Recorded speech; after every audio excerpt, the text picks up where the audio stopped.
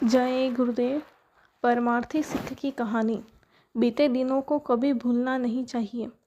एक समय की बात है, एक गांव में एक मौलवी साहब रहते थे। वो स्कूल में बच्चों को पढ़ाया करते थे। जो कमाई होती थी उससे उनका जीवन अच्छे से चल रहा था।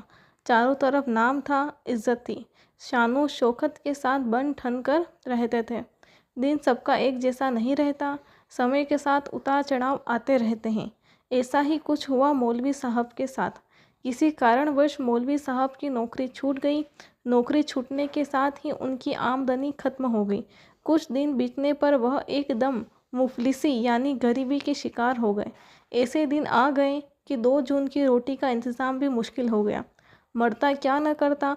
अब तो मुफलिसी और तंगी से निकलने का उपाय सोचने लगे। चारों तरफ घूम घूम कर कोशिश करने लगे कि कहीं कोई छोटी मोटी ही सही नौकरी मिल जाती तो गुजर बसर होने लगता। काम और नौकरी की तलाश में वह बहुत दिन भटके। इतना भटके दौड़े कि नौकरी व काम की तलाश में उनकी जूतियाँ रगड़ गई, फटे हाल हो गई। फिक्रमंद आदमी पर एक न एक दिन मालिक की मेहर होती है। दिन बहुरने का सहयोग बन गया। बहुत प्रयास के बाद उनको एक जमींदार थे जो अपना स्कूल चलाते थे। उन्होंने अपने स्कूल में बच्चों को पढ़ाने के लिए मौलवी साहब को रख लिया। काम मिल जाने पर मौलवी साहब के चेहरे की उदासी कम हुई, खुशियाँ झलकने लगी। एक आधार बन गया जिससे अभावों का टोटा खत्म हो गया। मौलवी साहब को लंबे इंतज़ार और बहुत कोशिश के बाद काम मिला था। मेहनत के बाद मिली कामयाबी की खुशी कुछ और ही होती है। वह खुशी मौलवी साहब के चेहरे पर साफ झलकती थी।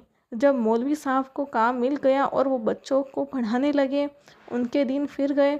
मौलवी साहब फिर से ठीक ठाक तरीके से रहने लगे, लेकिन वो रोज़ अपनी फटी जूतियों को देखते और सहेज कर संदूक में रख लेते। यह उनकी रोज़ की दिनचर्या हो गई। उस दिनचर्या की चर्चा फैल गई।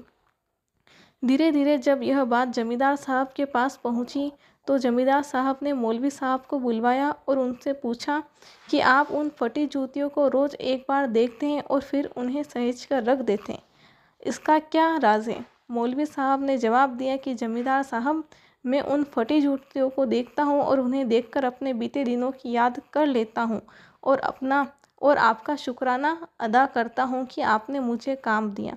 अब मैं इस योग्य हूँ कि ठाठ से बन ठन के रह सकूँ। इसी बहाने मैं अपनी मुफलिसी के दिन को याद कर लेता हूँ। इस कहानी को सुनाते हुए परम पूज्य स्वामी बाबा जय गुरुदेव जी महाराज ने कहा कि अपने बीते दिनों को कभी भूलना नहीं चाहिए और जो मददगार हो उसका शुक्राना अदा करना चाहिए। गुरु दाता है, मांगता नहीं, वह देने आता है, लेने नहीं। जय गुरुदेव।